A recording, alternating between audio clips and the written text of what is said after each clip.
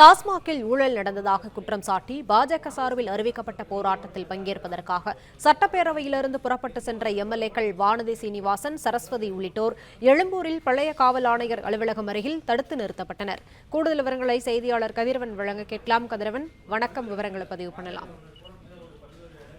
தமிழக பாஜக சார்பில் இன்று டாஸ்மாக் தலைமை அலுவலக முற்றுகை போராட்டம் அறிவிக்கப்பட்டிருந்தது.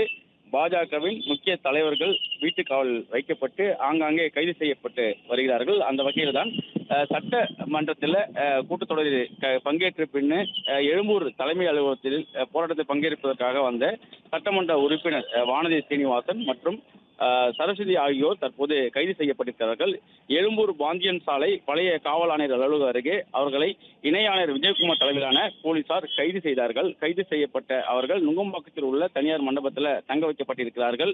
அவர்கள் மீது சட்டவிரோதமாக தற்போது போராட்டத்தில் ஈடுபட இருப்பதாக கைது செய்வதாக இணை ஆணையர் வானதி சீனிவாசன் அவர்களிடம் தெரிவிக்கும் போது தங்களுடைய ஆதரவாளர்கள் முன்னே செல்கிறார்கள், அவருடன் கைது செய்யுமாறு அவர்கள் வலியுறுத்தினார்கள். ஆனாலும் தொடர்ந்து இணை ஆணையர் விஜயகுமார் அவர்கள் வானதி சீனிவாசன் சட்டத்தை மீறி செல்வதாக கூறியதை அடுத்து அவர் அங்கு பெண் துணை ஆணையர் ஒருவர் தலைமையில் கைது செய்யப்பட்டார். கைது செய்யப்பட்ட அவர் வாகனத்தில் அழைத்து செல்லப்பட்டு நுங்கம்பாக்கத்தில் உள்ள தனியார் மண்டபத்தில் தற்போது தங்க வைக்கப்பட்டிருக்கிறார்கள். இன்று மாலை அவர்கள் விடுவிக்கப்படுவார்கள் என்றும் தெரிவிக்கப்பட்டிருக்கிறது.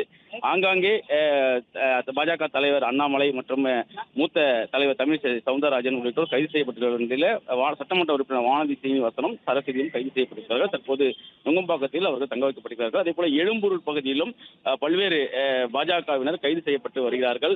இருசக்கர வாகனங்கள், 4 சக்கர வாகனத்தில் வரக்கூடிய அவர்கள் எழும்பூர் தாளமுத்து நடராஜன் மாளிகையை நோக்கி சென்ற போது போலீசார் அவர்கள் தடுத்து நிறுத்தி அவர்களையும் கைது செய்து வருகிறார்கள்.